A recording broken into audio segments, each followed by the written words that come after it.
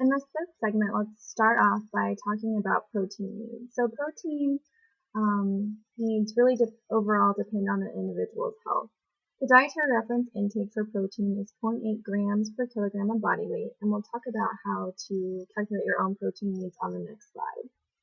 The acceptable macronutrient distribution range, or our AMDR, is 10 to 35% of total energy intake.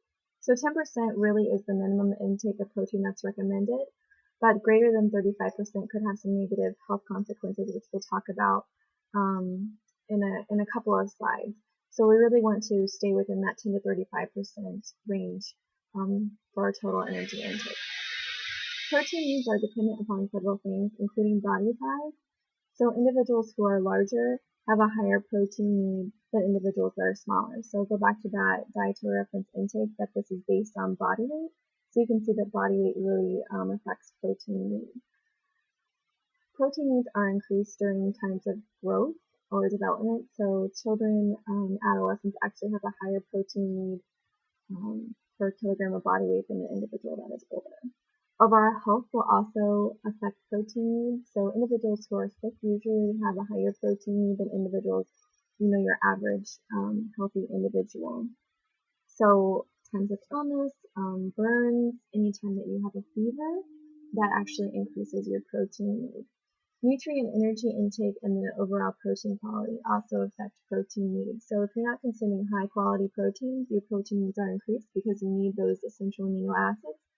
And if you're not consuming enough carbohydrate or overall energy intake, this can also affect your protein needs.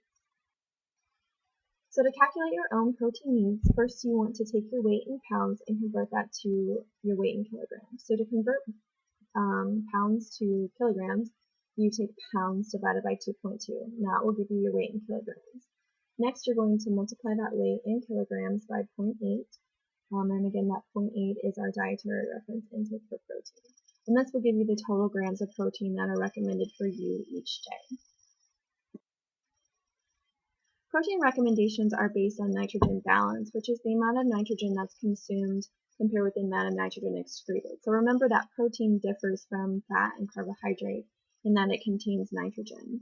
So in healthy adults, generally healthy adults are in nitrogen balance. So their nitrogen coming in equals their nitrogen that they're excreting. However, there are some variations in nitrogen balance. So individuals can either have positive nitrogen balance or negative nitrogen balance. So times of positive nitrogen balance, so when our nitrogen intake is greater than the nitrogen excreted, you might see this in children that are growing. So as I talked about, those individuals have higher protein intake, and then in pregnant women. So also, setting down new tissues for a future life. So excess protein intake or higher protein intake during these times is actually a good thing. Negative balance, so when our nitrogen out is greater than our nitrogen in, can occur during times of illness and injury.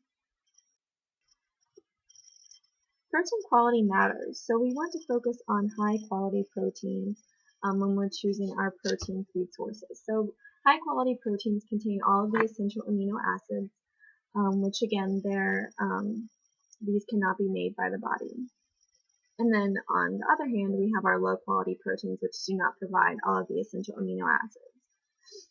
There are also what we have that we refer to as limiting amino acids. So these are essential amino acids that are present, but they're not present in large enough amounts. So you may consume foods that contain these essential amino acids, but if you don't consume enough of them, then you're not meeting your needs, and this can be considered limiting.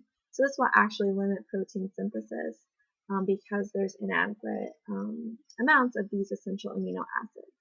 So one thing to focus on is complementary protein. So this is eating multiple foods that contain different amino acids, or those non-essential and essential amino acids in mutual supplementation. So an example, which I'll show on the next slide, would be something like beans and rice.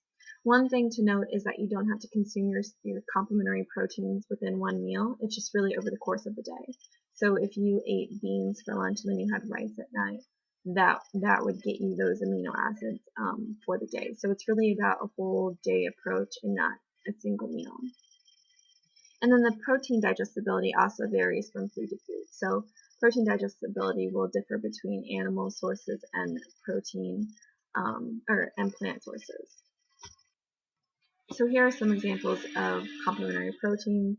So oatmeal, especially if you make that with milk, those would have some complementary proteins.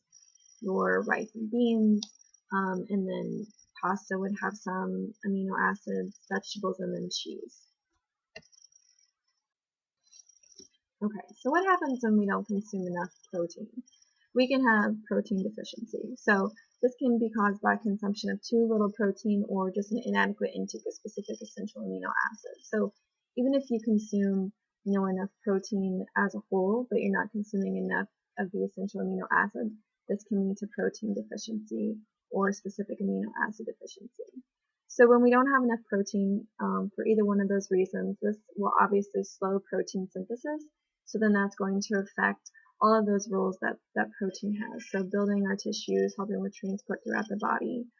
This will also increase breakdown of body tissue. So not a good thing on either end of the spectrum. And when we have protein deficiency, it's usually because too low consumption overall of energy.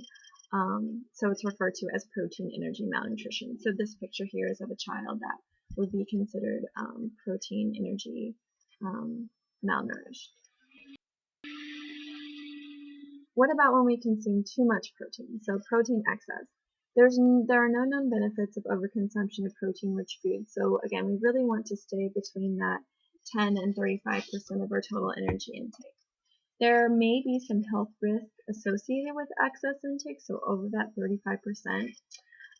So you may have heard of high protein diets. So high protein diets may recommend, up to 65% of calories coming from protein, and that's way too much. So while this may cause weight loss, it probably will cause weight loss. In the long term, it's going to be replacing carbohydrate and fat intake, which is not a good thing. And then once an individual goes back to eating, say, normally, this weight loss will not be sustained. So this unsustainable weight loss can really be a health risk over the long term. Excess protein intake can also increase the risk of heart disease. So animal products, which are one of our best sources of protein, will actually be higher in saturated fat. So if you're consuming more protein through more animal products, you're going to have higher intake of fat. If we consume excess protein, this can also increase the workload on the kidneys. It will not damage the kidneys, but it would increase the workload, and over time that could have some negative benefits.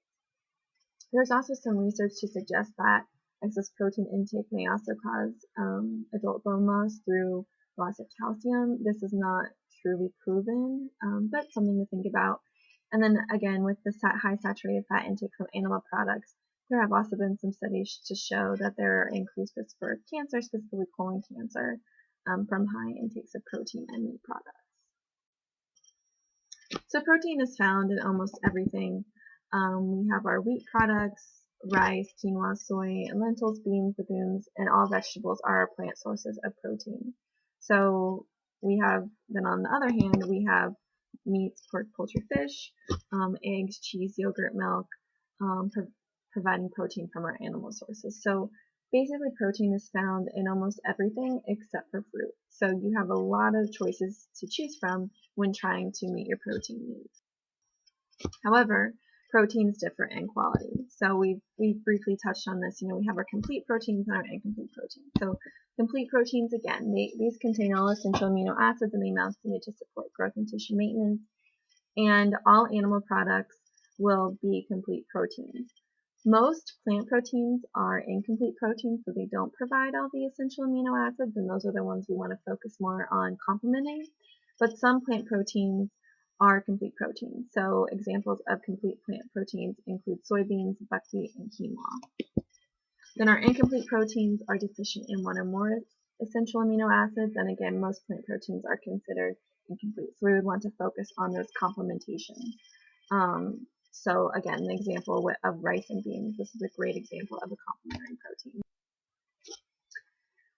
This graph shows the top contributors of protein in the U.S. diet. So this is from your book, and just something, a little bit of food for thought. You can see the top contributors of protein in our diets are animal products, so our beef, poultry, and milk. So just make sure to check this out. All right, so let's touch on supplementation.